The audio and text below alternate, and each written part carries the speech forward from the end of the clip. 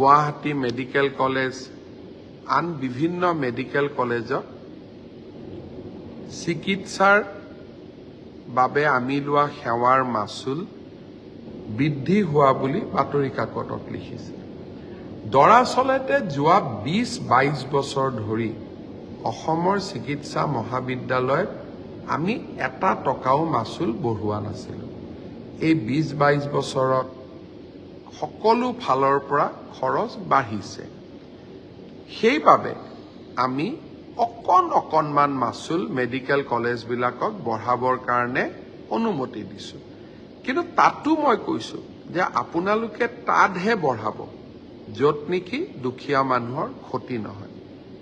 যোৱা দুদিন আগতে মই মেডিকেল কলেজৰ প্ৰিন্সিপালসমূহকো মাতিছিলোঁ আৰু তেওঁলোকক মই আৰু এটা নিৰ্দেশ দিছোঁ যে দৰিদ্ৰতাৰ সীমাৰেখাৰ তলত থকা লোকসকলে যাতে এটা টকাও খৰচ কৰিব নালাগে।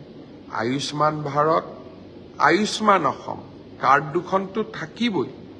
কাৰোবাৰ যদি এই দুখন কাৰ্ড নাথাকে তথাপিতো যদি তেওঁলোকক বিনামূলীয়া চিকিৎসা কৰিব লাগে আপোনালোকে বিনামূলীয়া চিকিৎসা কৰি দিব।